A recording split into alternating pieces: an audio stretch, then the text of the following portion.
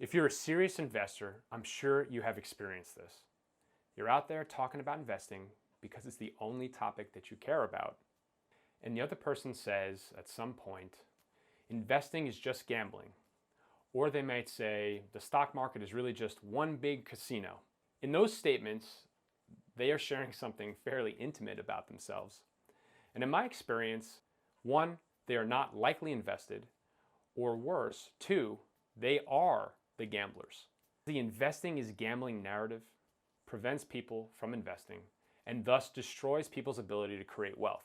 If you share this belief, please hit the like button. If you think you know what the difference is between gambling and investing, comment below, and I promise to respond to each comment. So what's the difference between investing and gambling? Well, I thought about this a lot, and I can see why people conflate them. For example, what is investing?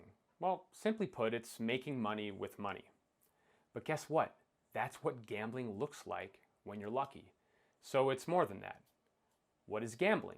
Well, the word started being used in the early 18th century and has its origins in the word game. Herein lies the culprit. Gambling is defined as a game of chance, and we all know people who play the stock market. That might even be you. So I came up with a practical answer to this question, and I think it accomplishes two things. One, you might think you're an investor and find out you're in fact a gambler. And I'm not talking about your Uncle Jim's scratch-off lottery habit. We all know that's gambling. But by the end of this video, I think it'll force you to get real about whether or not you're gambling in your portfolio. Number two, the next time you hear someone reduce our craft of investing to a game of craps, you can, spoiler alert, help them see how gambling is effectively investing's polar opposite. So let's go get to it.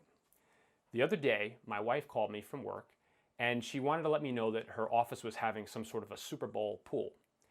So she said to me, I have to buy one of these boxes because it's the socially acceptable thing to do. Which one should I buy? And just for context, I have watched about 2 hours of football in my entire life, and most of that was the movie The Waterboy and Rudy. Rudy was an awesome movie too. Back to buying boxes.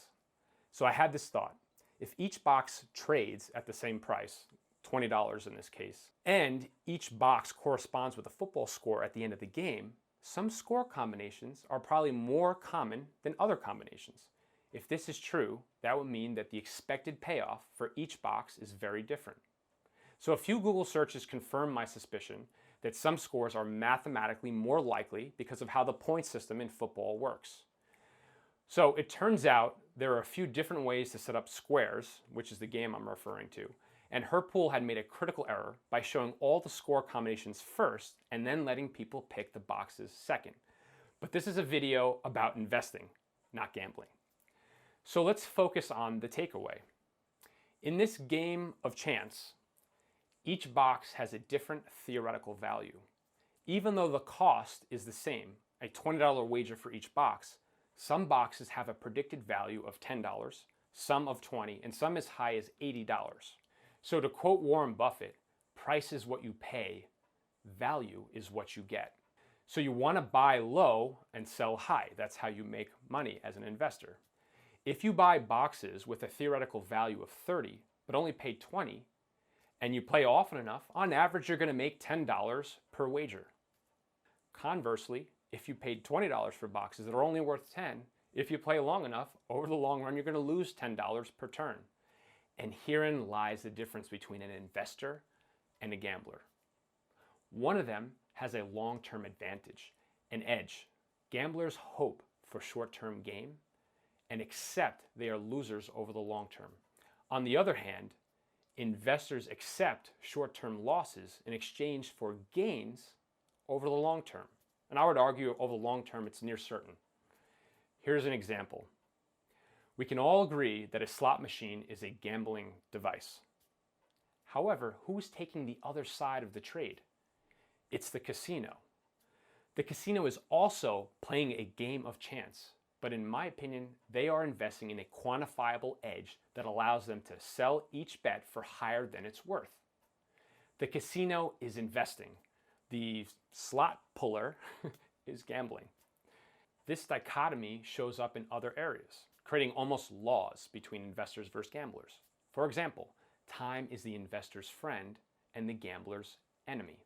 If you sit at a table long enough as a gambler, if you have a negative edge, eventually you lose all of your money.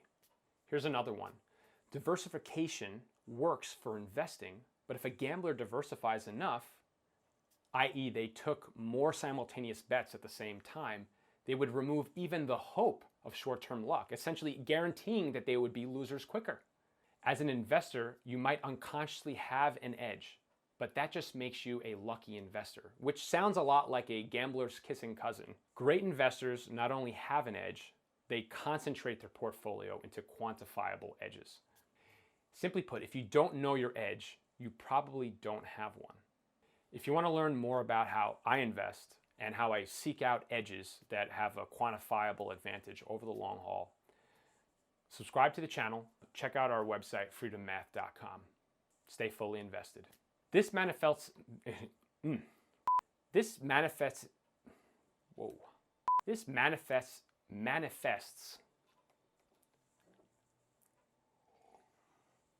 This dichotomy shows up in other areas.